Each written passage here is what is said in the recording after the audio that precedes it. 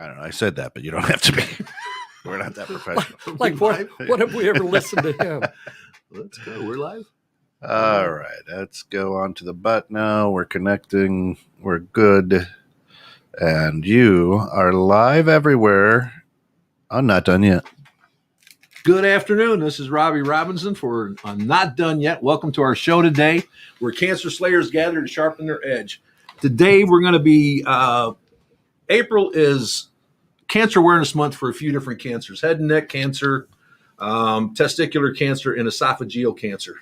And our co-founder and good friend, Tom Sellers, who we just lost last week, originally had head and neck cancer, and he beat it for 4 years, and then he had liver cancer, and Tom passed while beating cancer daily last weekend. And we're here today to kind of celebrate Tom a little bit more. We did at his funeral, but we wanted to do that a little bit more. And so I've invited a few friends of Tom's here today to just talk a little bit about Tom, share a couple of stories about how they knew Tom, and just fun times that we had with Tom. Tom was quite the character. I always like to say we know each other through the one window that we see each other through.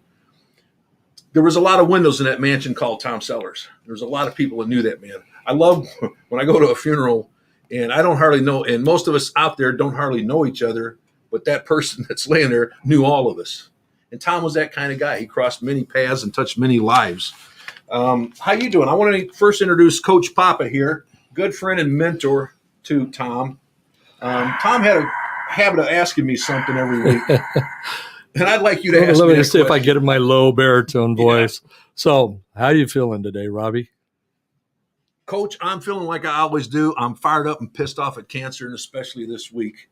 I'm tired of losing friends and family to this disease, and that's why we do this show, to bring awareness about it, to get the fear out of the word cancer, so that you will go and get those tests done, those pre-screenings, and save some lives. That's the one thing we have a hand in doing that makes a big difference is early detection. That's your one key to really beating this thing. So we encourage everybody every week, don't put it off. It's a win-win. If you go get your test done, you find you have nothing wrong with you, you feel great because you're healthy. If you find you have something, in your mind you feel good because you caught it. So please, please, please go get your mammograms, your prostate exam, pap smears, all those tests. Please, please, please don't put them off. Talk to your doctors. So many people have put that off in the last year because of the pandemic, and there's an increase of 10% of late stage diagnosis of cancer, and an increase of 10% in overall deaths of cancer in 2020 because of the pandemic. Everybody kept putting off their tests, skipping their 3-month checkup instead of going every 3 months, and all it takes is it's time. Nobody can tell you, no doctor can tell you how fast that's going to grow, how slow it's going to grow. Once you have it, you got to get rid of it. So right now we're going to start celebrating Tom Sellers. I met Tom at the hospital that him and I went for treatment. I had talked to him and his wife. When they first came there, he was having a hard time, or Rachel, his wife, was having a hard time dealing with all of it. And I saw them and just happened to talk to them. I don't remember the exact time that I talked to them because I've been doing this for 19 years since I was diagnosed, and I meet a lot of people. I talk to a lot of people, so I don't remember exactly what I had said to them. But Tom said it made Rachel very at ease, and she was able to relax and accept some of the things that were going on. And Tom started getting this idea. We're going to play a video of Tom in just a few minutes when he was first diagnosed. And he had this idea of helping other people that were going through this, that maybe were a little too sick and tired to get out and be with people, but wanted to, but just couldn't do it. And that's where this idea for Not Done Yet came from. And he said he had this idea and he wanted a co-host with him to share it with, but somebody had experience in cancer fighting. And he said, I kept seeing you, Rob, talking to people at the hospital. He goes, I don't know what you were saying to them, but every time they leave, they're smiling. So you're saying something right to them. He goes, I got this idea. And if any of you ever known Tom very long, you probably heard him eventually say, I got this idea. And then you better hang on because he was going to run with it. So we're going to share a couple of things. I think we should share this video first. We got a couple of people here today. We've got Coach Papa. We've got the co and buy owners of 216 The Net, Ken Jones and Peter Gall here today, also friends of Tom's, and they're going to share a couple of minutes. And we also have a new co-host that'll be here anytime. She's running a little bit late. She had an appointment this morning. And those appointments always come first when it concerns your health. Lisa Welch, she'll be here in just a little bit. So if we can, let's go ahead and run this video. Tom made this video when he was first diagnosed the day before he went to get treatment. We want to play this. Hello, Tom Sellers here. Haven't been on Facebook Live for a while. I thought I would take an opportunity before I begin my treatment for cancer tomorrow. There were so many people I wanted to thank, and if I was to name everybody by name, it'd be an award show. We'd be here all day with names. But please keep in mind, there is not one of you who have said something nice or has helped out in one manner or another that when this is all finished with, I promise I will seek you out. You are owed at the very least a hug. I thank you so much. I'm a very fortunate guy to have this kind of support. So tomorrow starts everything. I've got about 7 weeks of radiation chemo coming. I've been told what that looks like, and quite frankly, I'm prepared for it. I've taken the last couple of weeks to get my body and my mind wrapped around it, and I am past the point of having any fear. I know this is going to work out, and my gosh, with the kind of support I've got from my wife and my daughter and all my friends, both professional and personal. And I mean, I've been hearing from people I haven't heard from since we were kids. I mean, the outpouring has been insane, and I can't say thank you enough. Pardon me, I'm looking at my notes. I want to make sure I covered everything on this. So, like I say, I've prepared myself. I'm ready to do this.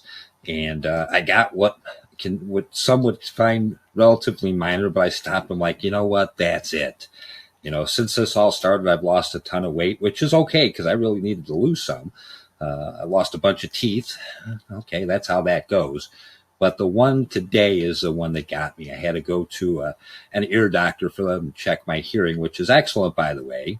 But what she told me was, while I'm going through this, I need to turn down my music. That, for me, was the final straw. Anybody who knows me knows my neighborhood. How they ever going to know if I'm home? Anyway, we'll get past that, too. It's just my way of rebelling, I guess. All right, fine. I'll turn the darn music down for a while.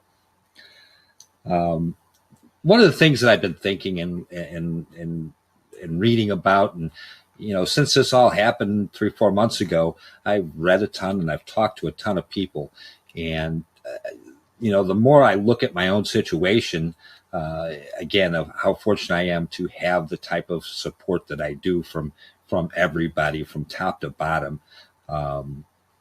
I see and I hear about people that are nowhere near as fortunate as I am to have that kind of support. There's a lot of people dealing with cancer.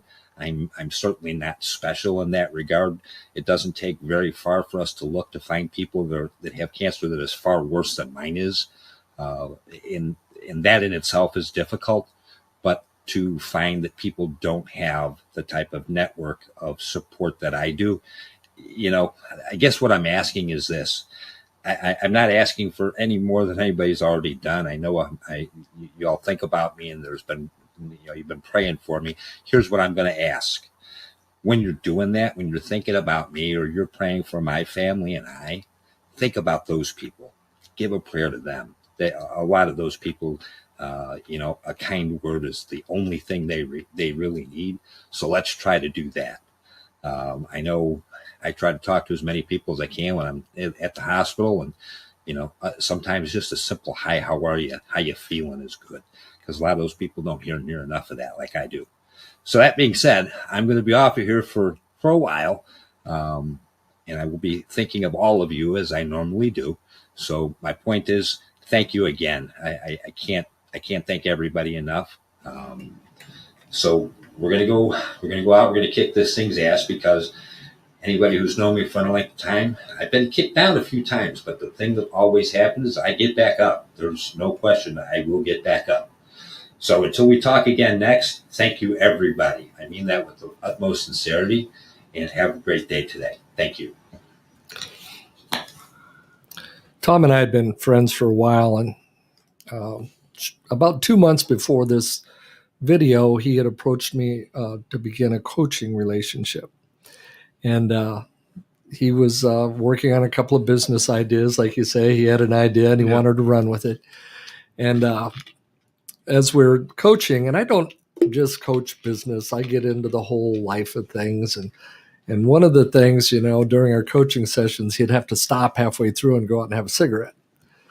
And I said, "You ever thought about stopping those?" He goes, "Yeah, that's one of the things I wanted to talk to you about. You think you could help me with all this stuff?" And I said, "Well, sure, Tom. I mean, that's part of what we do. It's just being strong mentally and whatnot." And so for about 2 months, part of every weekly coaching session at 11:45 every Friday morning was about the smoking issue. So about 2 months into it, he called me up and he says, "Coach, I figured out how to quit smoking." I go, "Really? How?" And he goes, "Get throat cancer." And I went, and that's the way he told me. I mean, that's the relationship we had. But I said, "What do you need?" He said, "Well, I don't think I need any coaching right now because I'm not going to be doing a lot of business." I said, "Well, we're not going to coach your business, but we're going to keep talking." Yeah. And we kept talking, and every Friday at 11:45 we chatted, but we chatted throughout, all of it. And there were times things got pretty rough there for him and Rachel. And there were times that he was a proud man, and it was hard for him to pick up the phone. You'll attest to this. He liked to do everything himself. Yeah. And there was times in there where he really needed a little bit of extra help. And the community just swarmed. He was that guy who had helped everybody else. And so there were literally thousands of people showing up to with food, with repairs on a car, whatever it was. Well, we could see in that video that even though he was going through a lot, in his mind, he was already forming Not Done Yet. He didn't know that was going to be the name of it, but his concern was on others and what they were going through, because he recognized what he was dealing with. And his first thought was, well, what are these? Who's taking care of these other people that are going through the same thing?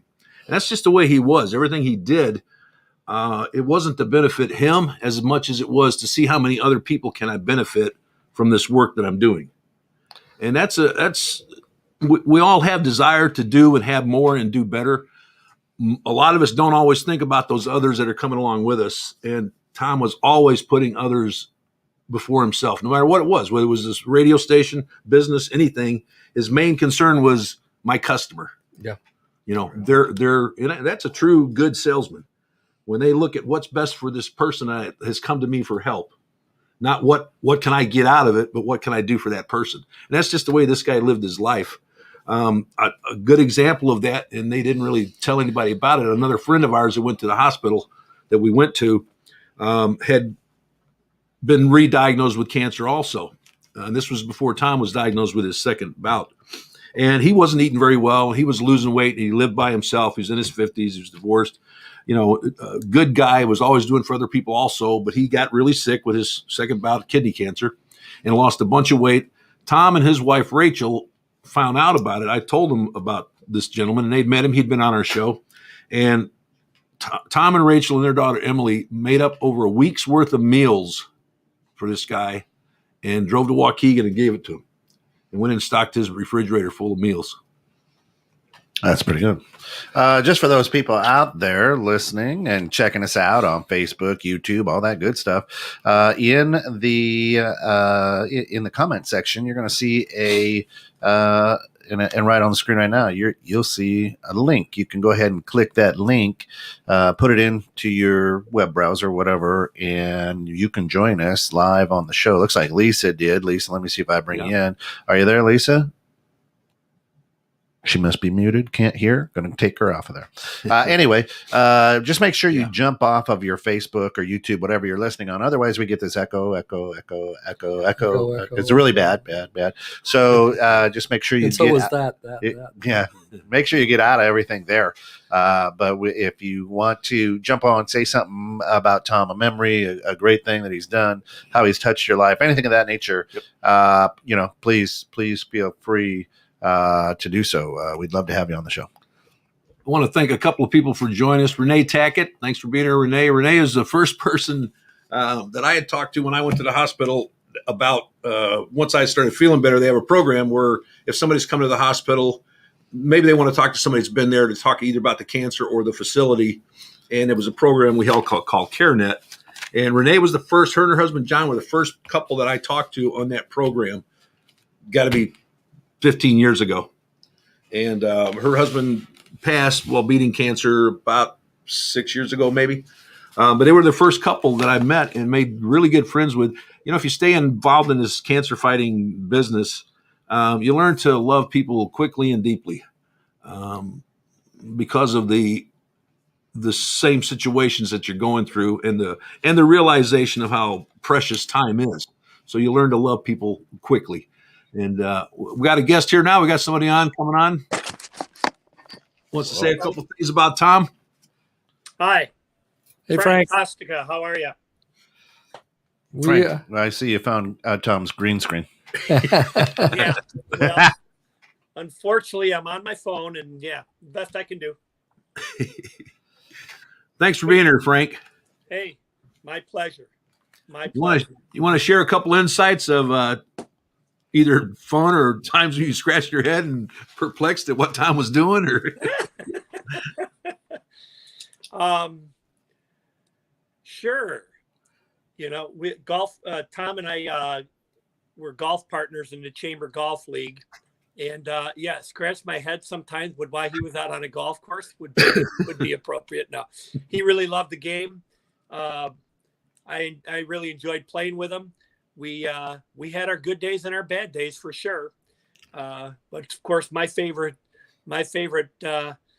line of Tom's of all time, he'd tee one up and it would go straight to the left or right into the weeds, into the trees, into the pond, whatever. And he'd grumble and put another one down to tee it up. And I said, you know, why don't you just go up there and drop one past the hazard? And his response was always, that's why they sell them by the dozen.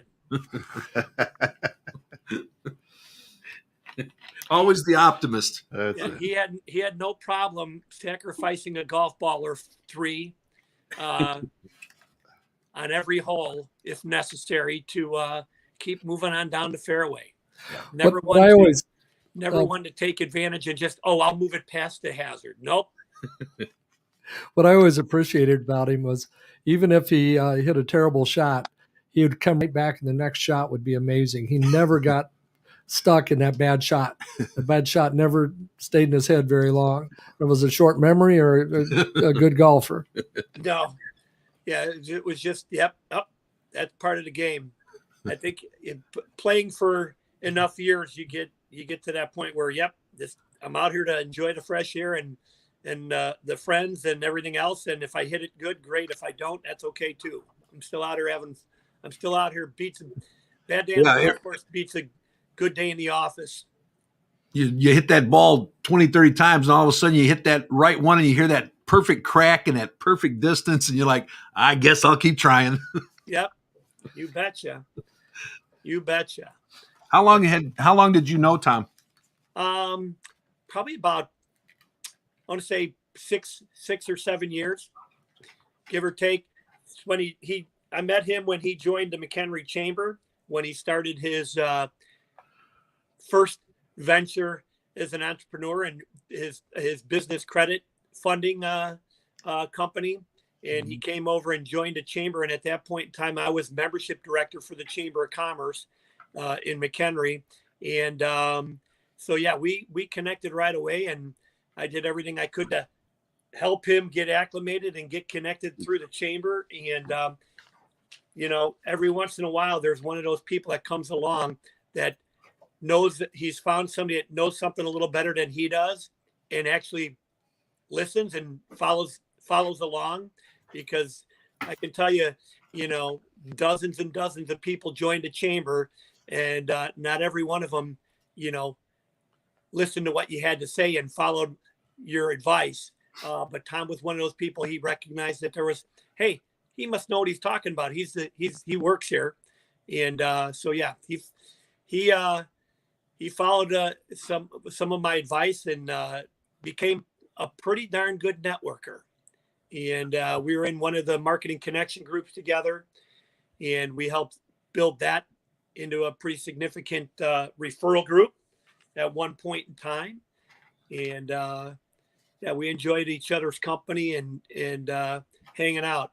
And probably about 5 years ago, we started meeting on a pretty regular basis on Monday mornings, Tom and I, and we called it our Monday morning mastermind.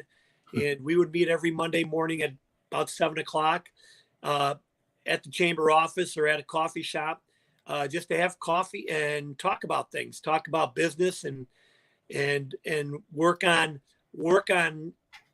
challenges we were having. And that developed into becoming accountability partners and business partners. Other people came and went to that Monday morning meeting, but Tom and I stuck with it through the years. And even after he was diagnosed with cancer and was having some tough times, he missed a few meetings along the way, but we kept meeting regularly. And then we moved the meetings to his house, so make it a little easier for him. He didn't have to get up and go somewhere and travel when he was having some tougher days. And then, of course, COVID. And so then it was, well, I shouldn't even be around people because of my medical condition and health conditions. So we kept it going via Zoom, via phone. And always an optimist, though, as came to those meetings. He had challenges. He had problems to work on, and we would work through them, but he was always optimistic and always had a positive outlook on things. And while your sessions were a mastermind, mine were actually coaching with Tom, and our sessions would kind of go the same way. We'd talk about the week's successes, we'd talk about our challenges, we'd talk about our gratitudes. And now, as we're going through the challenges, I'd write these things down, and then as a coach, I would work to help him kind of decide how to attack these challenges. And I'd give him an idea, and he said, "Yeah, done that. Yeah, I've tried that. Yeah, I've done that. Yeah, I'm doing that." And then I'd call BS on him, and it would happen at least once a month, where I'd say, "Tom, if you were doing these things, we wouldn't be talking." And he said, "Yeah, I suppose you're right." And then we could get down and get to work. One of the best ones, there's a 21-day challenge I do with all of my clients as they start going, where you do 5 things for 21 days. I won't go into them, but it's, once you get done with those 5 things, you text me the day 1, day 2, day 3, day 4. If you miss a day, you start over at day 1. Tom held the record. 67 days it took him to get through a 21-day program. And it was towards the end of that I found out that he actually did it, but he didn't send me the text. And that was just a sign of his character. If he didn't send the text, it wasn't done. If he didn't send the communication, it wasn't complete. And so he would start over. So take 67, subtract 21. What is that, like 46? So he told me that's like around the 46th day on one more restart. And then he went 21 days, no problem through it. But he was always, he was incredibly coachable. When you came up with something, you talk through it, and he understand the reason behind it, then he would attack it with a passion. Yeah, well, just like with the show, he expected professionalism, preparedness, and to do your best. And he didn't ask that from anybody else that he wasn't willing to do himself. He held himself to those same standards. That's one of the things I loved about him. If I had a problem with his show, or I had a question about it, I could just go to Tom and talk to him. And like you said, we would talk it over and, okay, what's the best way to go with this? And I just loved his outlook, how he was always looking to strive to be better. We all do what we can, but we can always be just a little bit better at what we do. And I love that about him was, he wanted it to be professional, but he didn't want it to look rehearsed. He wanted it, he wants you to be prepared so you knew what you're talking about. And you're right. He would kind of sometimes take over more than he really had to. I would say, "Tom, why don't you show me how to do all this computer stuff?" So I can, no, don't worry about it. In his voice, "Don't worry about it. Don't worry about it. Just do what you do. Just keep talking." Robbie, I'm like, Tom, I really should probably learn this stuff. Don't worry about it. Just keep talking. Robbie, let's flash back to when you first decided to put the show together. Mm-hmm. And Tom had come to us at that time. Kent and I were the buy owners or co-owners or partners in 21/6 The Net, along with Ron Hustry. And Tom came to us with the idea We had just moved into a new studio that was about 3 feet by 3 feet square. It was a walk-in closet. If I bent over, I could stand up in there. Right. It was a walk-in closet. And he brought Robbie up to meet us, and we sat in that studio, and it was Crowded. probably the funniest moment of our lives. But when you brought that concept to us, Ken, I don't know if you remember back in those days. What were your thoughts when? I try not to remember. It hurts. Try not to, or can't? I don't know if I can. No, you know what? We, of course, 21.6 is groundbreaking for, wanting to put out just good content. No politics, no news, no weather. We've stuck true to that over the 3 years. And, not done yet concept was, holy crap, there's a lot of people who need what you guys are talking about. Yeah. And you could tell really by that video we kicked off the show with, that somewhere in that ever busy mind that Tom had, he cared more about the other people. It wasn't about Tom. It wasn't about Tom's fight. That was obvious. It was always about that person who didn't have a team to back him. Yeah. And the best way he thought he could do it was to do this show, not done yet, and brand it and make it an incredible brand.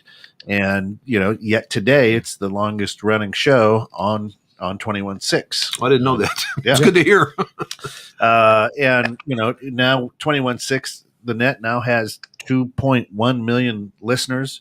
So that message that you and Tom started, it's touching a lot of lives. It's changing a lot of lives. He had a vision. Yep. And Lorelei, thanks for sharing. Met Tom through his wife, and his soul changed me, letting me know tomorrow hasn't come. Start living. My wife went through the same cancer, so we had a lot spoken without a word. His smile will be missed. And then Rachel, you're welcome. Thanks for today. She says, y'all are making me smile. I miss him so much. And Deb Reynolds, the show is definitely different without him. Every time I wear my bracelet, yeah, absolutely. But, and the Tonight Show's never been the same either without Johnny Carson, right? And that's okay. It's still touching people. Well, right? With Jimmy Fallon. I love that she says that, because that means Tom made that much of an impression. Yeah. Deb's been with us probably since the first. There's my daughter, Shelly. Hi, Shelly. Love you too. That girl's been through cancer twice. She's been a host with me last week. She's been a guest before. It's just, everybody out there, Tom knew that everybody out there who's gone through this had similarities to other people, but he knew that each story was an individual story. And that's why he wanted to highlight and share stories. If fighting hard and having a good attitude saved you from cancer, everybody who ever had cancer would still be here. I've never known anybody who didn't fight hard and didn't try to have a good attitude. So it's just whether or not we're graced with time when others who fought so hard weren't. And we looked at it like, if we've been given time when others who fought so hard weren't, what are you doing with that time? Are you going to foolishly spend it on yourself? Or are you going to invest in people, make it mean something? And Tom had this idea of investing in other people and making it mean something. And we've hit a nerve. We're not the largest audience out there, but it's a very specific audience. It's a very strong audience. Yeah. And just, the guests that we've had on here, they would say, what am I going to talk about for an hour? Because most of them had never done anything like this, never been pushed to the forefront. Right. I'm like, don't believe me, that hour is going to fly by. And once they're done, they're like, I can't believe how good I feel about sharing my story. And we try to tell them, you're going to feel empowered that you're able to, because we hear it almost, I'd say every week, somebody says, that's exactly what I was going through, and that's what I needed to hear today. And it's just, it humbles us to know that that we're still making a difference. We're still trying to. Tom Spirit is still here. Will always be here through this show, guiding me. I know that. So we just thank you for being with us, and that we had that time with Tom, that able to share that. And even though he's not here physically, sometimes we forget, and we try to be spiritual in a physical world. And this world is a very physical world, and we're going to live and we're going to die in it. That's just part of it. And it's what you do in between that matters. Sometimes we have a tendency to focus on that moment of loss and that pain and that hurt that we feel, instead of focusing on that time before that moment that person lived and the legacy that's to come of them which is Tom's legacy, is being shown right here. And on that note, real quick, I'm Yep. gonna give up my chair in a second to your new host here. Okay. I'm Pete, the other owner here at Coming, 296. coming from behind the scenes to From in front of the behind the scenes. microphone. I've sat here and listened to a lot of the seriousness about your conversations with Tom and Frank and Coach, and I got to meet Tom through Friday morning coffee, through Friday mornings with Pete, and pretty much I would say, because I worked with Tom too in different capacities. Of course, he had his show here, but about 90% of my interaction with Tom was comedic. You guys have left out how freaking funny this dude was. Yeah. He was awesome. He was incredible.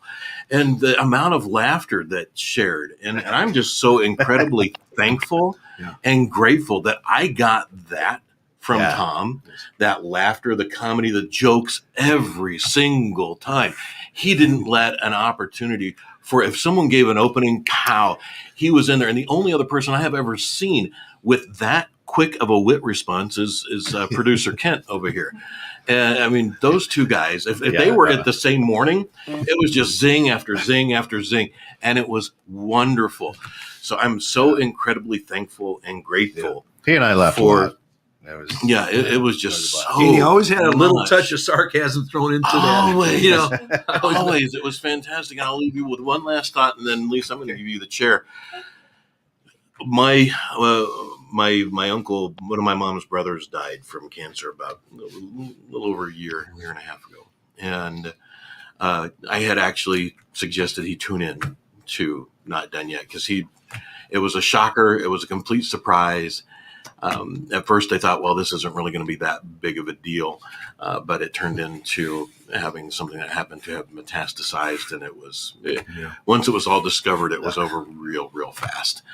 But he did tune in, and he got a lot from you and Tom. And I'm really thankful you guys appreciate that. don't know how much support you gave him. Thank you. I appreciate. I know Tom appreciated that. That was his whole. There you purpose. go. Enough of that. I remember we had, I was talking about the sarcasm, how funny Tom was. We'd have a guest on, that did marathons or something, and she's like, my next goal is to run this many miles. And Tom would go, well, that's not on my bucket list. It's not on my bucket list. That's right. Yeah, sarcasm was just one of those extra values Tom added to every Yes. relationship. Yes. We want to welcome our new guest here today, our co-host, Lisa Welch. Hello. Hey, Lisa. Hi, everyone. Lisa. You need some Hi, over here. Frank. You leave me hanging. Hey, how's it going? Good, how are you? Good. Nice to see you. You too. Coach. While I'm thinking of it, you can see we're all wearing our Not Done Yet shirt. So if any of you are interested in getting a Not Done Yet shirt, we're going to be placing orders for more shirts. Just get in touch with us either here on Not Done Yet, or you can contact me on Robbie Robinson on my face page, or however you want to do it. I'll put up my email address and everything also. So if you're interested, let me know. We'll have sizes on it, all Rachel, different that should be- sizes. Says Not Done Yet, a radio show on the front. The new ones, we have some that are kind of special. Our first batch that came out, I'm wearing my shirt up at the hospital one day, and I'm talking to somebody that knew about the show and listened to the show and goes, and looking at me in my chest, I'm thinking, what the hell are they looking at? And she goes, I thought it was 21.6 to net. I go, it is. She goes, it says 26.1 on your shirt. Oh, so it does. That's our first batch.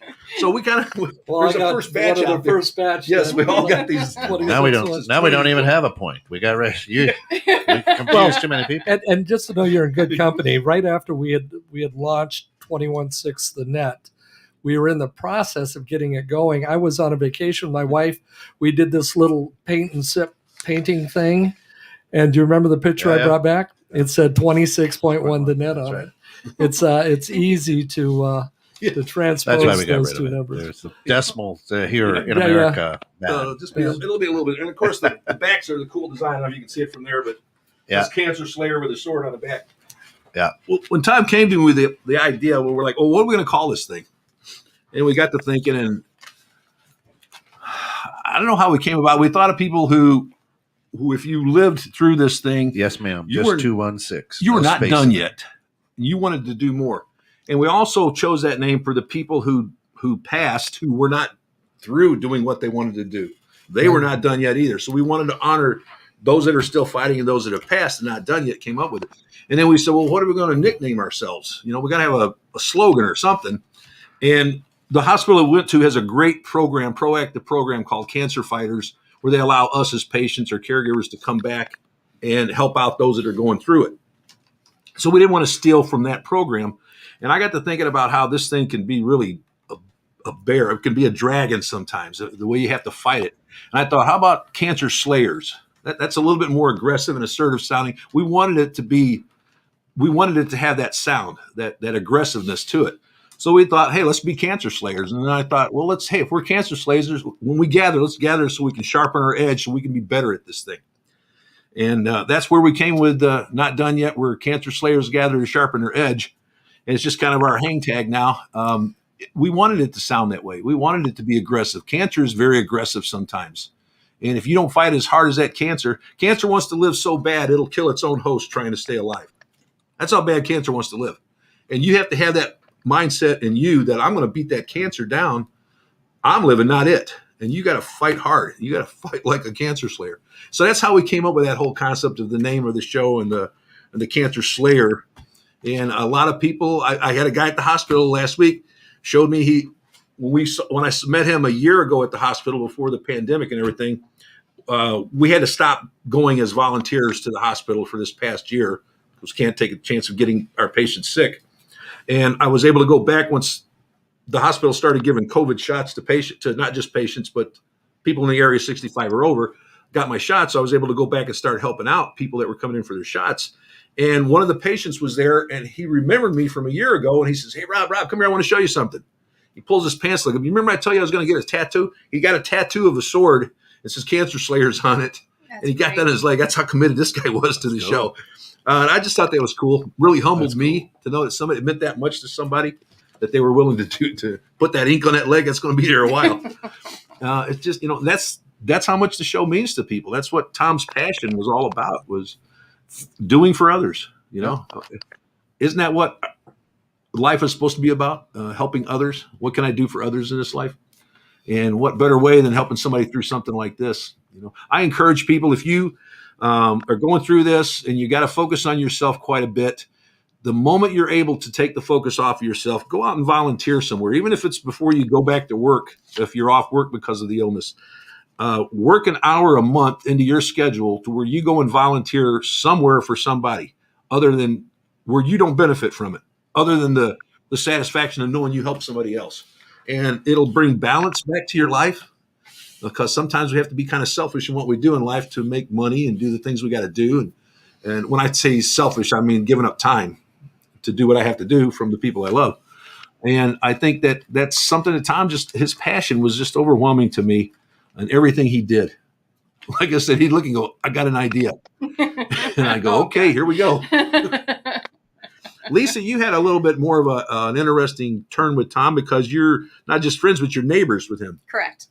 And I hear sometimes it can get pretty serious when Tom had a party and there was music or bags involved.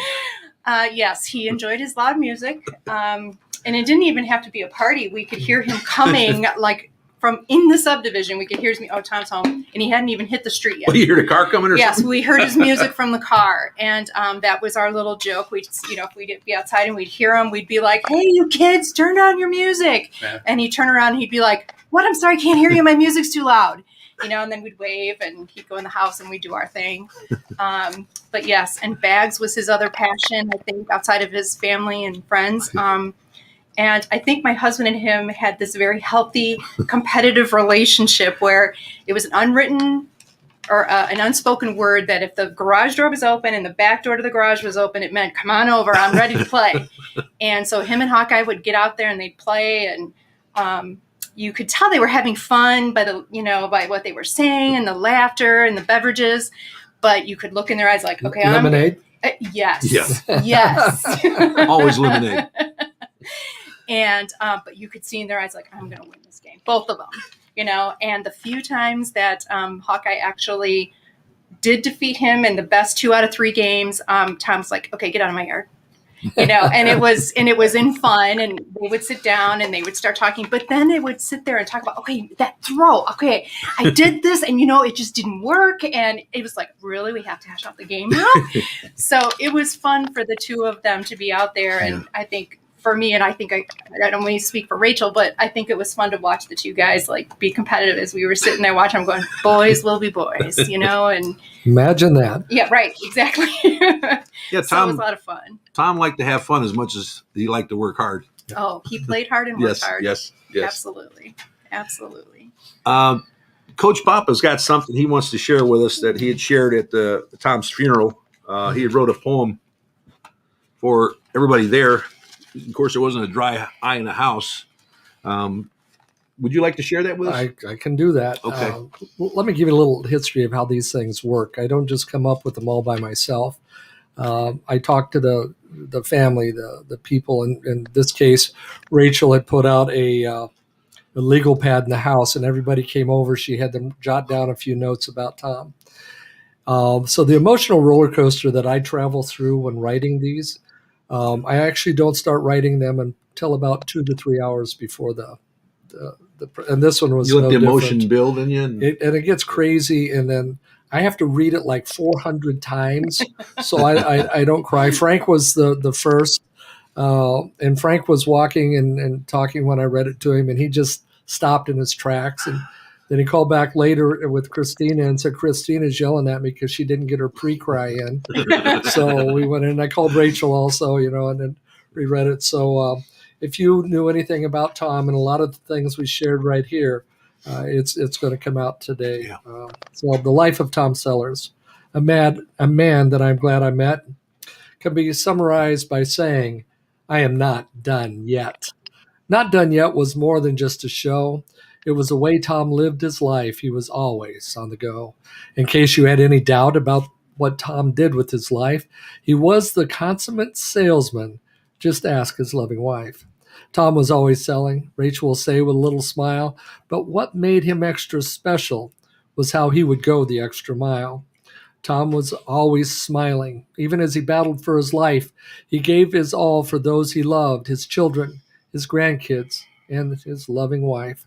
And there's another title that he had that he carried until the end, a title he took seriously. He was the ultimate friend. We have a lot of acquaintances in our life, and Tom had more than most, but you knew you made the friend list when Tom was your gracious host. His backyard parties were legendary. Come as you were in riches or rags, just don't plan on beating him when it came to tossing of the bags. Bags were second only to golf when he had to make a choice of what to do when the sun was up, and you could hear it in his voice. I'm going to get this thing done, whatever that thing might be, so I can get to the course early, so the course doesn't get the best of me. Excuse me. It's not COVID. He would hit a bucket of range balls, then tour the putting green. Today would be the best day this course had ever seen.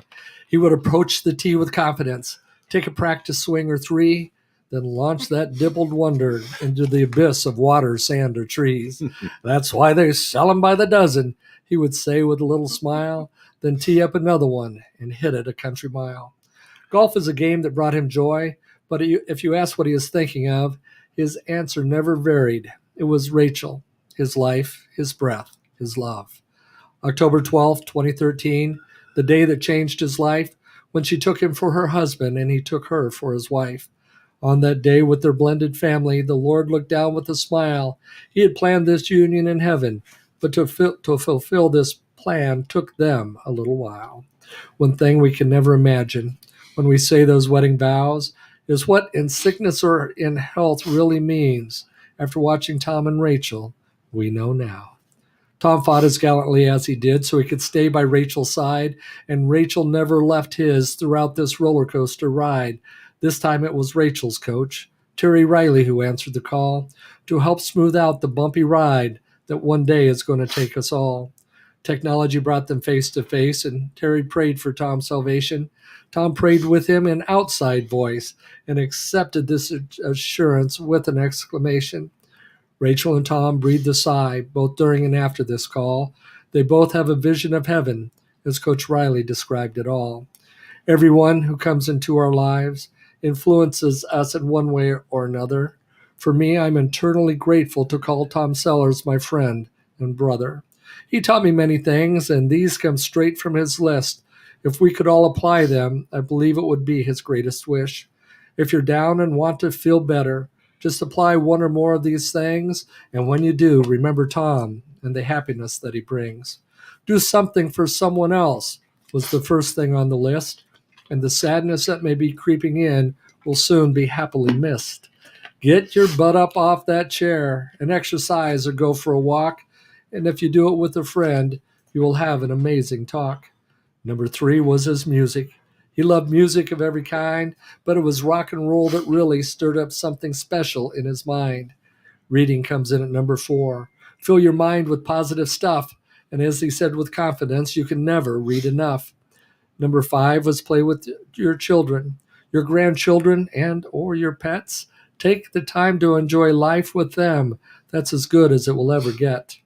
Number 6 would be to write something, whether it makes sense or clearly not. It's the simple act of writing that unties those mental knots. Number 7 is one that many have sampled, and for us it was even fun. If you want to feel better about yourself, then fire up the grill and cook for someone. Number 8, he did for all of us, and he never did he do it half. Turn on something funny and take the time to laugh. Number 10, and the last thing on this written list, was where he set the example with his attitude, and that was simply taking the time to journal on his gratitudes. Now, as I said, the last thing on his written list, there's an unwritten one I'm thinking of, one where he set the example for all of us. Live a simple life of unconditional love. As poems go, and this one's no different, when you try to capture someone's life, there are things that you are going to miss because there would be no end in sight. So I'm going to cover all these things, and I will hit them all, do you want to bet? By simply summing it all in this one line. The Tom Sellers we all know and love is clearly not done yet. Now, something funny about this poem and that evening. Yeah, I can see that a lot of people are laughing right now, Yeah. Coach. It's great. Just Yeah. Tried to liven it up a little bit. Yeah, that's- So I went through the list first before I read the poem. Thank you. And number 9 on the list was build something. And when I said build something, Rachel raised her hands and she's like, no, Tom is not allowed to have tools. Here's the funny thing. If you notice the poem, number 9 was not in the poem. It went from 8 to 10. I didn't catch that. I wrote this before she said that at the meeting. But Tom, during the writing, I think he reached down and caught me. And Frank and I were talking the next day, and he said the same thing. Number 9's not in there. And I said, well, that wasn't on purpose, but clearly it wasn't supposed to be on the list. So technically, it's the top 9 things that make Tom get together. But when we look at summing up Tom Sellers, you know, that started off as the name of a radio show, but really it's his legacy. Yeah. His legacy is no one's done yet. We're all going to check out at some point, some way. There is no way out of this world that doesn't include a casket or a really hot oven. But what are we doing between now and then? And Tom, you know, he lived that to the fullest. Even as he is going through this latest battle, Frank and I at the beginning of the year said, we're going to start a book report on the compound effect. And Tom's like, count me in. And, you know, and there were just that way in his voice. I'm not done yet. I'm ready to keep going. I'm ready to keep moving. And I'm just so proud that I was able to be part of his life. You know, everyone comes in your life for a reason, a season, or a lifetime. That's right. And I'll carry him for a life. Yeah, Tom was good at seeing the good and the talent in people. He was good at seeing that. Just like when he approached me, he's like, he watched me talk to people, you know, so he was good at not worrying about what he was best at, but what can I bring out of somebody else? Yeah. What can I bring the best out of them? And he knew I liked to talk. I'd never done nothing like this before, but I love to talk to people. Really, that's And, shocking. Is it really? I never I would was have sharing seen with that. Lisa yesterday. Like I was like the biggest wallflower. There's not one picture of me in any high school yearbook of anywhere. I was the biggest wallflower. I hated attention. Finally, I realized you're too big to hide. You might as well get used to it. So cancer really turned me around, and it made me realize that life is very short, and it can be very long, but it can be very short too. And it's one thing we have no control over is the length of our life. We tell people to have a good attitude and try to fight hard. And we don't say because that'll save you. We say because that will make your day better today. Nothing guarantees the length of life, but what you do determines the quality of your life, and what you do affects how you affect other people. And Tom just wanted to go about being the best he could at whatever it was he was doing. And he encouraged all of those with him who were doing it to bring their best. And that's what we're trying to do with this show, is just bring our best and let people know that because somebody told you have cancer doesn't mean your days are greatness over. It means they're probably just starting. I can see the title of your book, Robbie. Becoming a Better Speaker, subtitled, Just Get Cancer. Just get cancer. It'll change your life, boy, believe me. Right. All right. So, as we prep for the show, and we're down to our last 10 minutes. Yeah. As we prep for the show, we said, hey, you know what? Why don't we take about 15, 20 minutes? We'll talk about Tom. Yeah. And then we'll introduce Lisa, the new co-host. I knew this I get to was know gonna- Lisa a little bit. You knew, I knew that was not I knew possible. that was what was going to happen. You could, talk about anything Do a you whole want. other show. And here's the thing. Tom is right now saying, would you guys just get on with it? Let's talk about Lisa. And we're telling him talking we're about not me. done yet, Yeah. Tom. Sorry. Yeah, sorry. exactly. You started this, pal. His spirit will be here forever. As Oh, long as yeah. we use Definitely breath legacy. and voice in me, I'm going to keep doing what Tom wanted us to do with this show. And his purpose was to highlight success stories and happy endings. Because if we do that, people are so afraid of that word cancer. Lisa and I talked about it. A lot of times when you go through cancer, you get let down sometimes by certain people because they don't show up or they don't call like you expected or thought they would. Yep. And I said, well, imagine living your life so afraid of a little word that it paralyzed you, that you didn't pick up the phone, that you didn't go call anybody. So we have to forgive those people and pray for them, because I can't imagine being so terrified of a word that it paralyzed me.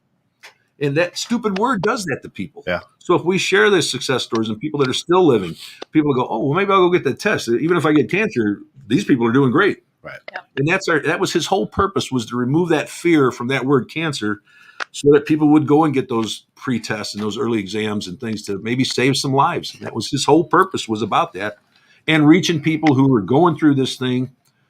He said when he first got diagnosed, and he wanted to be with other people. And the hospital trains us how to treat people that are going through this, and wants us to take what we learn outside of that building and help others out there. It doesn't have to be because they went there, we can only help them. We want to help everybody that's got cancer.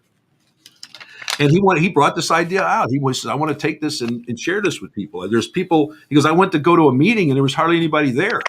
He goes, I got to realizing people want to be there, but they're so sick and tired from the disease or the treatment that they just can't get out of the house.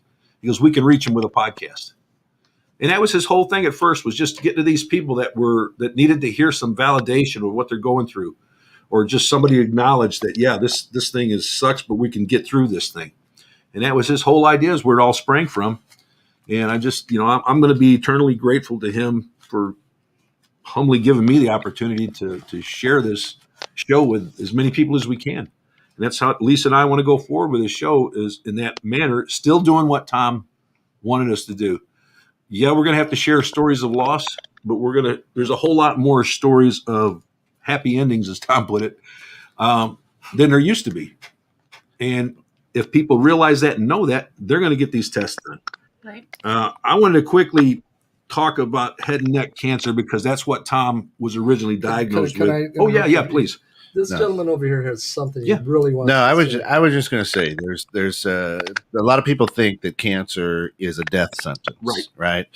And Iron Maiden, since Tom was a metalhead, Iron Maiden says there's a time to live and a time to die. When it's time to meet the Maker, there's a time to live. But isn't it strange that as soon as you're born, you're dying? So life is actually a life sentence. Yeah. It's not cancer. We're not going to get out of this thing. Right. It's Right. something's going to take this body someday anyway. So why wait? So why worry about how long I'm going to live when I have no control over that? I can eat right and get sleep and Yep. exercise and still get killed in a car accident the day they say, oh, you're cured of cancer. That's right. So it's not about how long am I going to live. It's about how am I living and who am I affecting by how I live. And anybody that's lived through cancer should realize that you've been given an opportunity that so many others weren't to go out and make a difference in this world. Absolutely. Mhm. And it taught me that it doesn't have to be just from cancer. Just have a passion for everything that you do in life and look to how is it going to benefit somebody else, and your life will be successful. Glenn Smith is on here. He said Tom was a giver and an encourager. Yes. It's so true.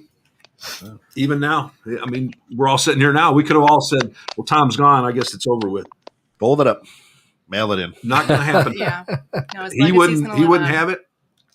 He'd never let me forget it. I know that. So Yeah, there would be sounds Oh, in your you bedroom, kidding? and your car would die. okay, Tom. Okay, sorry. I'll get back there. We're planning on If also you see any bags falling out of heaven, yeah, in the car. Where'd that come from? Hey, maybe you'll help the Cubs win.